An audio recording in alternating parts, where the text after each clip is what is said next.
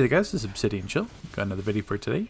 And this is coming from the test server. This is episode 45, Shock to the System, with a release date of tomorrow. This is the 8-player Elite Raid, the Terrarium. So you'll listen to it later today in my Elite Alert commentary, but my philosophy behind uploading on test server is I don't like to upload anything that is unpolished or unfinished.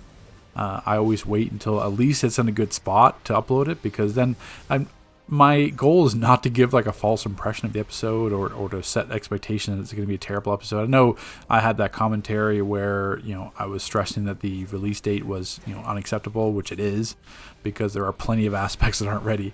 But the reason why the alert and raid waited so long is because they weren't ready. It wasn't like I could upload it. I'm sure you've seen other people upload it or have clips of it, but literally there was no mechanics. So I was like, why would I upload a raid that has zero mechanics tied to it? There's no point. It's just basically just like a tank and spank, and then that's it. The raid's done. So I was trying to wait for it to be in a good spot. Then it released the Elite Raid, I think yesterday or the night before. But then once again, like the timing, there was errors and bugs all over the place. So it wasn't even completable. Like it wasn't even close to be completable. So now we had this raid that we had some timing fixes, and Quitoxic fixed some minor issues as well. So at least it's playable. So we'll kind of touch on the fight here. So the first fight, we have Nightmare Static and Rocket. We're using 2 tanks. You don't necessarily need 2 tanks. It's not about the damage aspect of them. It's just about Nightmare Static has all the mechanics tied to him. So if you defeat Static, really there's no other issues for Rocket. And then there's some also issues where getting so Nightmare Rocket, think of her as gadgets, and Nightmare Static is electric.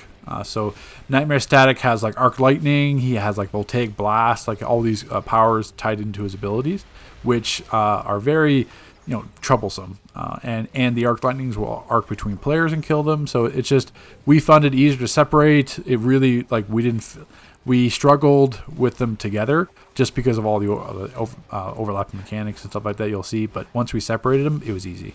So, I mean, once again, you don't have to separate them. It's just something we chose to do. So there's 2 main mechanics. So you'll see these domes that come up, but they spawn only in the 4 corners. So once the dome spawns, you have to get into it, or you just die. It's similar to like Nexus of Reality, similar to like Phoenix Cannon at the end, with like basically like green space from Dawnbreaker. Same concept. You have to get in there for the protection zone. There is some timing issues where if you're not into it, say within like X amount of seconds, even if you get into it after the fact, you're still going to die. Which you'll see that with people dying inside the dome. That's because they didn't reach it within a certain number of seconds. The secondary mechanic is tied to Elite Nightmare Static, which are these blue kind of arc bubbles that you see. He has a reflect mechanic, but what happens is when you hit reflect, it doesn't actually reflect your damage back. What it does is it spawns one of these blue circles all over the map. So that's why you see like 4 or 5 or 6 of them sometimes, because every player hits them, it spawns a circle, and then it increases this misery dot or I'm assuming it increases this misery dot. The dot can sometimes be 100k. It hit me for 200k once. Sometimes it's 60, 30k. So ideally you don't want to hit the reflect, but it's not a one-shot per se. It's just that it's going to add more damage over time to the group. And then the issue is that the reflect phase happens around the same time as the dome phase, so then they start to overlap, which could be a timing issue, I'm not sure. Other than that, you'll see there's a couple of different ways to verify the dome. Obviously, it starts kind of spawning from the 4 corners. You'll start to see it. But also, Nightmare Static and Rocket will stop attacking altogether, and you won't be able to damage them. You can kind of see it right now in the back. They're doing that headache animation.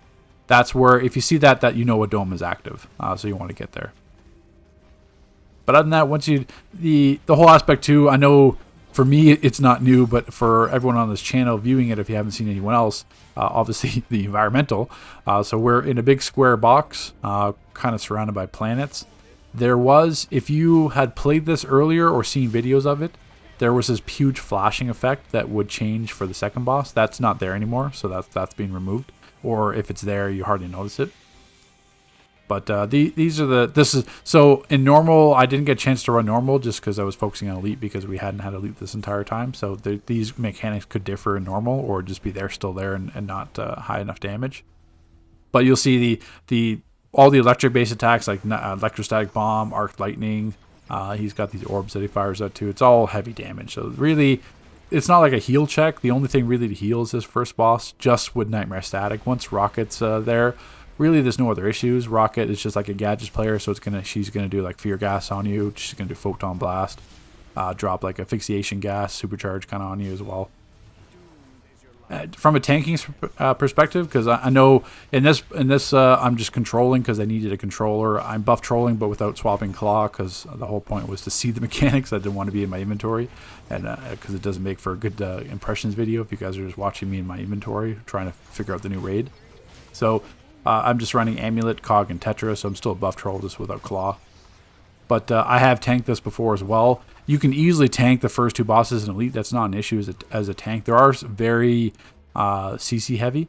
So you get one situation where you have to launch the Pulse Beam, and then the other one will be block breaking you. So really from a tank, it's not that heavy. It's just very stun heavy as well. So that's why I wasn't as much of a fan of it with Earth, because I kept getting knocked out of Gemstone, kept getting knocked out of Jackhammer, so that was kind of annoying. But then I switched Fire and had absolutely no issues. So it's not about... it's more just kind of getting used to the CC. But if you're running like the Superman shield or running like a breakout, then you're fine. But yeah, other than that, the first fight, obviously it can be a lot shorter if you DPS both bosses at the same time. There's no mechanics like where you have to separate them or anything like that. It's just that, see, right there you saw it. That player died. Even though they're inside the dome, he did reach there within like a certain amount of seconds and they died. So that could be fixed too, I'm not sure. So overall, my impressions... I really like the Elite Raid. Quitoxic is an amazing developer. So he's come up with some of the best content this game's ever seen. I think it's more so that he just needs time. So when he's because he was doing the duo and I think some other aspects as well. So when he has the time, he can create something really magical, which we've seen in the past by tons of exemplars. He's done Darkside War Factory. He's done Nexus Reality. He's done Source Wall Elite Plus. He's done bunch of others. So it's not an issue with mechanically challenging or engaging content. It's just basically giving him enough time to kind of sort everything out. I'm sure he's quite rushed. That's why, even in my rant video, I wasn't concerned about the raid. And I know there has been precedents in the past where they released the DLC but then turned off the raid because it wasn't ready, like DME when that came out. Was that Metal Part 1 or Metal Part 2? I can't remember. But yeah. But other than that, it's really just got to make sure you're in the dome. Other than that, there's no per se mechanics, just that reflect one. And obviously, there's plenty of foundation for Elite Plus in terms, like say that reflect could be a one shot, etc. But other than that, everything's pretty straightforward. Like I said, ideally you want to spread out just for that arc lightning effect. But besides that, there's not too much. In this video, I show only the boss fights. There are a section where you have to defeat ads in the middle. It's just a bunch of like parademons coming out from the boom tubes. Think of it like Lockdown, where they just kind of kept spawning.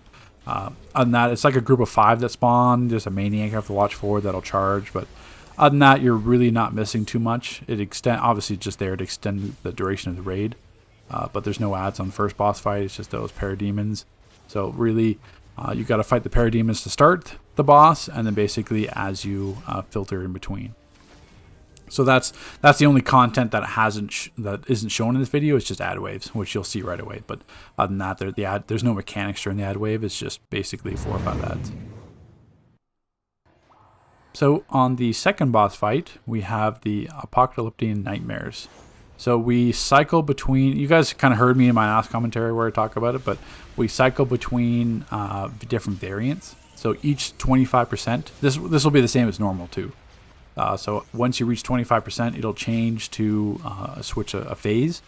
So it starts off always with Clown Sanity, and then it'll always go to Baby Face, and then it'll go to then there's 3 options. It's going to be Grail, Steel, or Supergirl. Sometimes it'll be Supergirl and Steel. Sometimes it'll be Grail and Steel. The last 2 have a chance to be different. So in terms of mechanics, you saw that orbital mechanic. That's not when a player summons an orbital. We did test that. So what will happen is just randomly the orbitals will come. It's the same kind of orbitals from the Anti-Monitor event. You saw that kind of pink. The only difference is you see that beam that's in the center of those orbitals, that white beam. That's a one-shot the entire time. So there's heavy delay damage on that. So that's what has to change. I mean, I'm fine with the orbital being a one-shot. You just roll it away. But the issue is that you cannot have delayed damage for like 5-6 seconds of it being a one shot, because you just walk through it and just die. So that's definitely an issue. Other than that, you'll see these orbs, these eggs kind of spawn with the cogs. That's the primary mechanic. Once again, I'm not sure if it's going to be the primary mechanic, but it was for currently on test, because what will happen is 2 eggs will spawn at different locations like you're seeing right now. The issue is that if you miss that cog, it's an instant group wipe to avoid damage. So I'm not sure if it's meant to be a group wipe, but if you miss 1 egg, group wipe, and you're done. So that's you have to definitely get those eggs. In terms of the tanking aspect of it, I mean, Clown Sanity does his Spinneroo attack where he picks him up and spins around a person and moves around. He's got his ground pound where he kind of charges out and does a ground pound, but other than that, he does nothing. Babyface, same thing, really does nothing. She'll jump out and do like a little claw attack. Or she'll do like the Friar Breath, which won't track a player, so you just have to move out of the direction. But other than that, there's nothing. The secondary mechanic was you'll see these kind of pools spawn. Think of it like the Black Dawn pools from Phoenix Cannon, as well as, if you remember, Black as Day from those like shadow pools. What will happen is if you run over one of those pools with those arms sticking out, it'll spawn a Parademon. So it runs into a situation where you can have like 5, 6, 7 ads keep spawning. That's it could be definitely toxic real quick. So that's why even though you have this small square box of room, there's a lot of mechanics going on at once. You have to dodge those orbitals or it's a one shot. Then you have to dodge those pools or it's going to spawn ads for the solo tank. Then you have to get the eggs or it's basically group wipe. So you see it right there. I rolled over the pool to get to the res and it spawned an ad there. So even if you touch on the outside, you're still getting it. I did quantum teleport through the pool and it didn't spawn an ad. So I'm not sure if that's going to be intended or just how quantum teleport is working. So just be aware that you can do that. But the issue that we led to sometimes is that when these orbitals, see right there, you can kind of see that was an example of the delayed damage. So the orbital already hit and killed Yeti, but I went in for the res and it was delayed damage for 2 seconds, 3 seconds afterwards. But yeah, other than that, you do run into situations where the orbitals will spawn on top of the eggs, which become an issue. Technically, you can swap on Lazarus Pit and then survive and get the cog, because obviously the more important aspect of this is to get those cogs, because if you miss them, it's a group wipe. It doesn't matter. Because the boss could be on 2%, you miss an egg, it's a wipe. So that's why that you basically prioritize getting those orbs above all else. And really, it's not hard. You just have to make sure that players are spread out properly, because the dome is spawned in all 4 corners, but the shadow pools, the orbitals, or the orbitals spawn on player locations, but the eggs and the shadow pools will spawn various points throughout the raid. So there's really no section you can kind of troll. Basically, you could have a player in each corner and kind of be designated, but really, because of the priority on it, it's whatever player just gets it. It doesn't matter if you're a healer or a DPS, you drop everything to get those orbs because of that group wipe, because there's no point. I mean, if you wipe, then it doesn't matter. The tank can't really get them, because even though the bosses don't do much, like here an example, we've got Grail. Grail does have her supply drop mechanic. Grail does have the reflect mechanic, the teleport. So if anything, you do run into situations where ads will spawn on Grail, because Grail has that teleport pushback. She's got a few other pushback mechanics. So there were situations where ads spawned. Here's the reflect mechanic, so you can see that plainly. But other than that, there's another knockback effect just for their slamming the ground. So technically, it happened where people spawned ads. But really, as you can see, it's a very... I just spawned another ad going over the quantum teleport pool. And then orbital spawn. So you can see there's a lot of stuff going on at once. There's a lot of coordination with reses. That's why the second boss is certainly the most engaging fight out of all of them. So that's something to look forward to. It's just, even though my concern was that the bosses are not like terrible for tanks. I mean, not terrible as in terms of hard hitting, terrible as in like just bored. Like Steel is not a good tank boss. Grail really isn't a good tank boss unless she's got her damage check, which she doesn't. Babyface is not a good tank boss. You've got Clown Sanity is not a good tank boss. So it's really, this whole raid was kind of focused on giving us more group mechanics than it was on the difficulty on the bosses alone. So think like Source Wall Elite Plus, it was all about the bosses. It's all like very tank heavy. This one's more group heavy, so it requires a lot of coordination. If you got a player slacking off and not getting those orbs, that's a wipe. If you got players not paying attention to the orbitals, then that's a death. So I mean, I guess it is handy than Elite that we get that extra death. So in Elite Plus, I think Elite Plus, the difficulty will come from the mechanics. So that's something that we'll have to look forward to. So the final fight, we fight Desaad. This one is a bit underwhelming. I think it's just because it may not be completely tuned. Because like I said before, as of like 2 days ago, Desaad had no mechanics. So it was basically just, you just killed Desaad. He took like 3 minutes, didn't do anything. If you remember raids as a tank, in Fellowship the Arcane, Subjugated Clarion, the one that did like that one-handed wand kind of, that's exactly Desaad. So this is the brand new mechanic, stand on the matching symbol. As you can see, there's a red symbol above my head. And as you can see, Lucifer does not have the symbol that I'm standing on, and that's why he died. So that's a nice little puzzle mechanic. It does make sense because this developer, Quatoxic, also did the Royal War, which had those matching symbol faces at the end of boss. So that's where that, obviously not the exact same mechanic, but that's where the thought came from. So that's all it is. You just match the symbol on your head. It's that red. I mean, it technically could be a bit brighter. I mean, some players might complain they can't see the symbol, but you can see other people's symbols. So if you're in voice chat, you can call it out. But that's all it is. You don't. If you're standing on the incorrect symbol, then you die. Maybe in Elite Plus, it'll change where you have to stand on like chain symbols. So like you get one symbol, you stand on it, then you have to stand on another one and another one. That kind of continues on that pattern. That's something that could come up in Elite Plus. But other than that, you do have the Nightmare Desaad spawn and the Parademon Summoners. So the Parademon Summoners, they walk to certain locations on the map and will summon soldiers. They don't have any control resistance, so you can keep pulling them and stunning them. You can perma-stun them, and they also have no health. And then the other thing is Nightmare Desaad is there, and he has no health either. So that's where I'm not entirely sure if this last boss is working as intended in terms of the health pools. Their health pools are quite low. I mean, you can nuke the ads, you can nuke Nightmare Desaad. I know there's a feat for not killing Nightmare Desaad, so that might have something to play into it, but we'll have to see. And other than that, so you'll see the Void Energy to prevent exploding. That's where the interesting part was that banner about the Void explosion wasn't on any of the previous two bosses. At least I'm not, that I wasn't paying attention to, because the only banner was on the dome. So now on the final boss, they tell us, yes, get the orbs, or there's going to be a Void explosion. But other than that, yeah, it's a Nightmare Desaad. There is a feat for not killing him, like I said, so maybe you'd have to have a second tank just to separate him. Nightmare Desaad, I think, killed the tank once. Like, Desaad still charges, but the issue is that since he charges, and there's ads, there's backup, there's static and rocket NPCs, pets, robot sidekicks, there is no way that Desaad is getting out to charge the group. You know, there's no kind of pushback, so if there's no ads, yeah, he can certainly charge you, and the charge will be a one-shot, but you know, when there's ads, when there's everything else active, there's no way he's charging. So the charge is a skull, so you can pay attention to that. Here is an example of the Parademon Summoner spawning. Same thing, you just kill them. But once again, the priority is on the orbs. So the entire raid, the biggest priority is just turning those cogs. And I mean, the cogs, I mean, the timing on them seems fine. It doesn't seem like they're too quick. I mean, if you ignore them, certainly, because the issue is that you're almost perma-grounded throughout this entire raid. So rip flight players.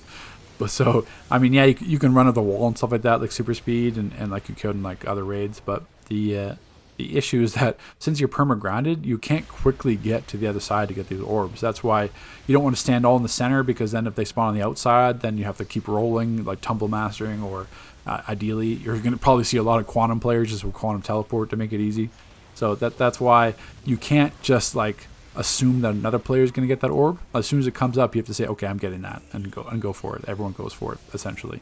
Because A, you don't want the group wipe, and B, if you assume another player is going to do it, and then they don't, then it gets to a situation where it's going to expire, and then you're going to die.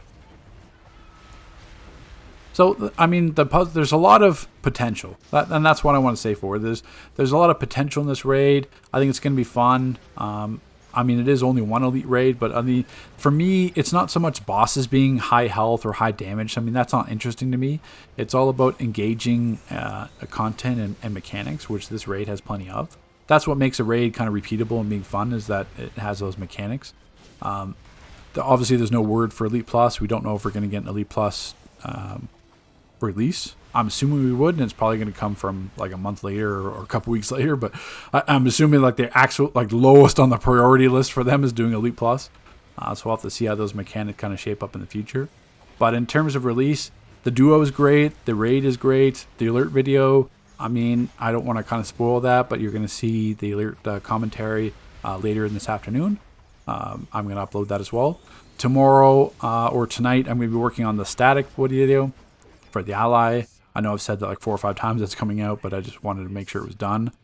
And also static changes heavily now that EUG is not getting nerfed.